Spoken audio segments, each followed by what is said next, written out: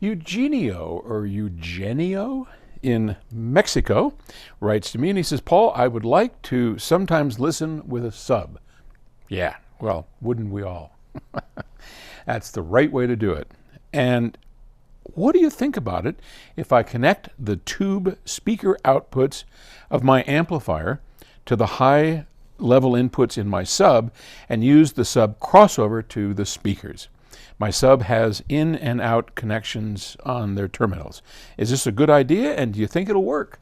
Well, I think it's a half good idea, and yes, of course it'll work.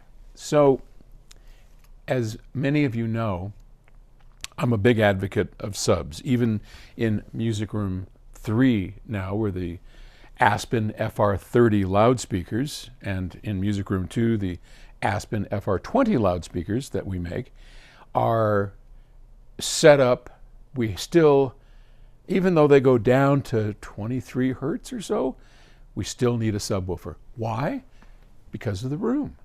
So where these speakers are placed, these are the Sony speakers that Gus uses upstairs in his mastering room, they sound great, but they don't have proper bass. And you can't see, but right behind here is a big subwoofer. And that subwoofer is used to fill in the holes created by the room. So full range speakers, great, and stick with those. But you probably are going to have to augment your speakers with a sub. And you can place subs in different places in the room to get what you want, something you can't do with your main speakers. So Eugenio wants to do it the right way. Take the high level output from the power amplifier, go to the high level input on the subwoofer, bingo. That's the best way to do it. And you don't have to do it that way. You can certainly use the low level output from your preamp if you want. I prefer to use the high level out of the amplifiers so that you capture that last little bit of sound difference that the amplifier makes.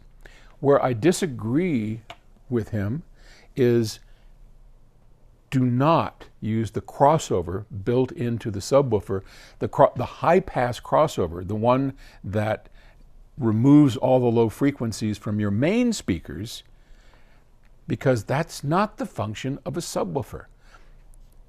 You want to use your main speakers full range as they are. And I know I get a lot of flack about this. People, well, you're just wrong. Yes, well, I probably am to some people. But trust me on this. Unless you've got some really miserable speakers, and I'm assuming that you don't, that you have a pair that you really love and you really like, use them the way they were designed, full range, and then augment them with a subwoofer to make up for the deficiencies of the room. Or you can make up for the deficiencies of the speaker. So, like a set of bookshelves, maybe they only go down to 70 hertz or 60 hertz. Fine to fill in with a sub what the speaker is missing as well. I just deal a lot with full range speakers, so that's not really an issue. So yes, go ahead and do what you're planning to from the output of your tube amp, but don't use that filter inside of the subwoofer to roll off the bottom end of your main speakers. All right. Thanks. Talk to you later. Bye.